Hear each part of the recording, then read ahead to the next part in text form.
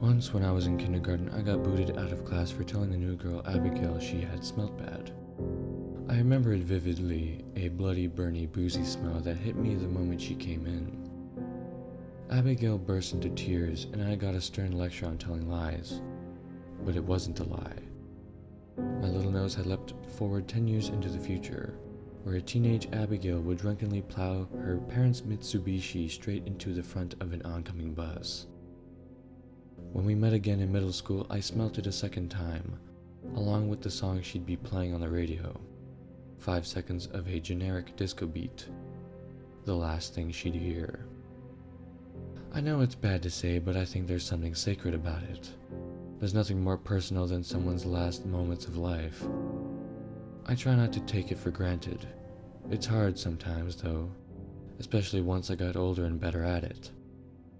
Along with smells came sounds, sights, and even feelings, though that last one was rare. In this day and age, most people go to their death with pastel colors and blinking machines and a faint whiff of hand sanitizer. Their brains too fizzle to know what's about to happen. There are exceptions, like Abigail's or my middle school gym teacher, who was going to die with a deafening bang in a rush of mad courage.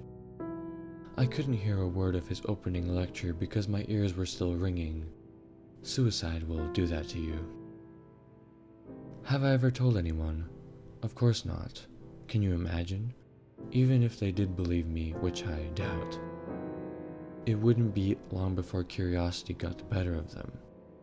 They want to know what I saw in them, which is fine for the heart attacks and the quietly in their sleeps, but what do you say to a murderer?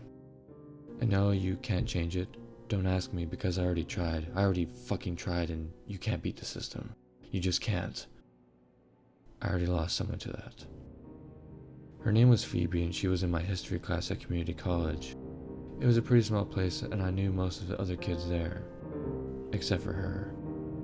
We weren't on speaking terms because every time she came within a few feet of me, I got the urge to vomit. It was motion sickness, but also something worse. Fear. Hers was the worst fear I'd ever felt in another human being. I could hardly stand to be in the same room as her. I managed to avoid her for a couple months until one day when she arrived late to class. She apologized and looked around before striding to the back of the room and sitting beside me. There was nothing I could do. I felt it all. The nausea, the terror, and a vision too, of me stuck fast in my seat as I hurtled headlong, flaming out of the sky. The ocean rushing towards me, screaming. Then, nothing. When I came to, she was glaring at me. "What the hell is your problem?" she whispered. "What?" I asked, the queasiness subsiding. If you don't like me, then just say so, asshole. Quit pretending to be ill all the time." Huh? I sat up trying to get a better look at her. We'd never been this close before. She was pretty. I hadn't thought about how I must look to her, running away, retching every time she got close. "I swear it's not on purpose," I said. "I'm sick a lot. It wasn't you." "Sure," she said, looking back towards the front of the class. "Honestly," I said, let me make it up to you."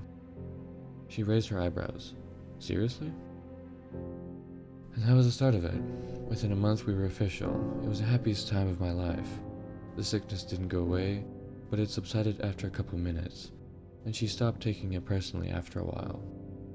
Dashing to the bathroom became part of the routine on dates. We did everything together, all the dumb couple things, movies, dinners, walks.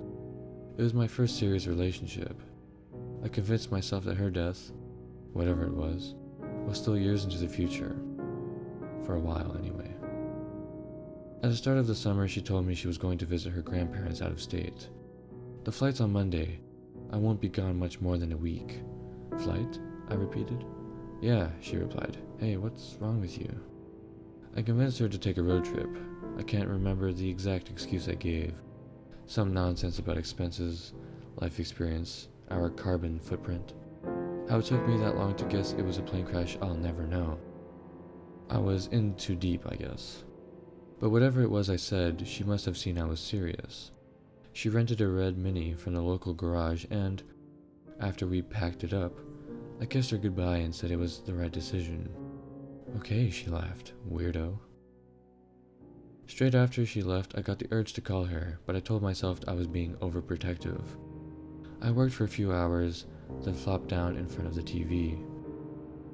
I watched bad reality shows until I got bored, then flicked to the local news station just in time to see a breaking news story of a 12-car pileup on a suspension bridge when a truck driver dozing at the wheel had strayed off of his lane, clipping the corner of a passing car which swerved into another, triggering a chain of collisions which ended tragically when, some viewers may find this footage disturbing, a red Mini was forced over the side, plummeting into the ocean below.